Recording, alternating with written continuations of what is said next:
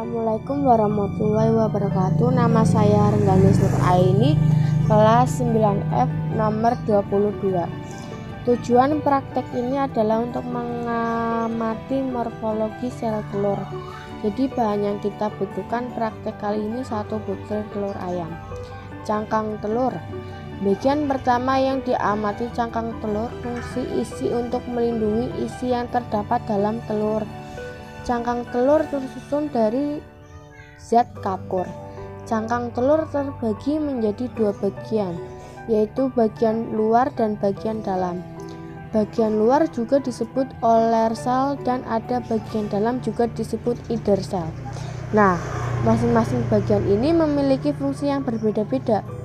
Bagian luar untuk oler cell memiliki fungsi dalam pertukaran udara, sedangkan bagian dalam atau inner cell berfungsi untuk menjaga isi telur agar terhindar dari goncangan. Nah, bagian selanjutnya ada rongga udara. Rongga udara berfungsi sebagai cadangan udara dari embrio yang terdapat dalam telur yang nantinya akan menggunakan embrio selama masa perkembangannya di dalam telur. Selanjutnya kita masuk ke bagian isi telur. Nah, isi telur terbagi menjadi 2 bagian, yaitu kuning telur dan putih telur. Pada kuning telur terdapat membran utelinah.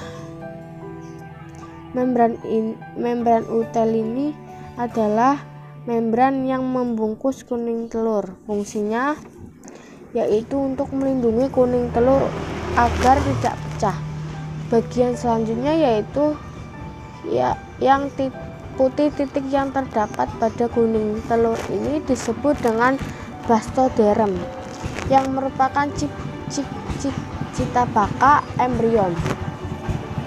Kemudian ada bagian yang ditunjuk, ada kalaza yang memiliki fungsi untuk menjaga kuning telur dari goncangan. Bagian selanjutnya yaitu bagian putih telur. Nah, putih telur itu nama lainnya adalah albumin.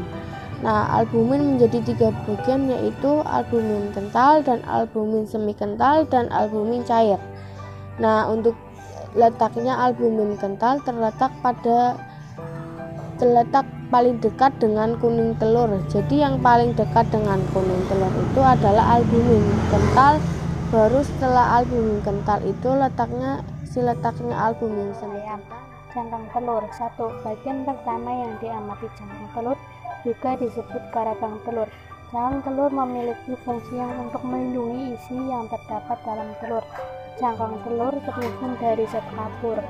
Cangkang telur terbagi menjadi 2 bagian, yaitu bagian luar dan bagian dalam. Bagian luar juga disebut outer cell dan ada bagian dalam juga disebut dengan inner cell. Nah, masing-masing bagian ini memiliki fungsi yang berbeda-beda. Bagian luar atau outer cell memiliki fungsi dalam pertukaran udara, sedangkan bagian dalam inner cell berfungsi untuk menjaga sisi telur agar terhindar dari goncangan. Nah, bagian selanjutnya ada rongga udara.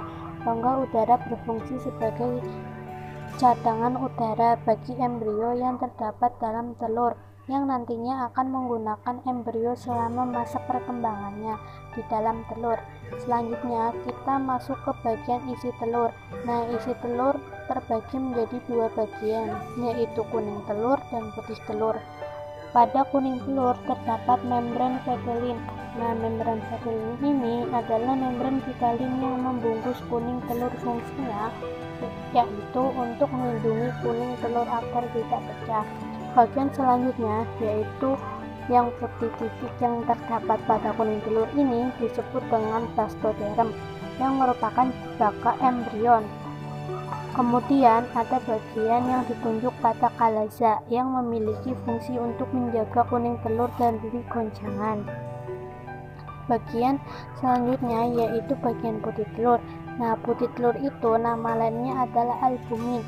Nah, albumin menjadi 3 bagian, yaitu albumin kental, albumin semi kental, dan albumin cair.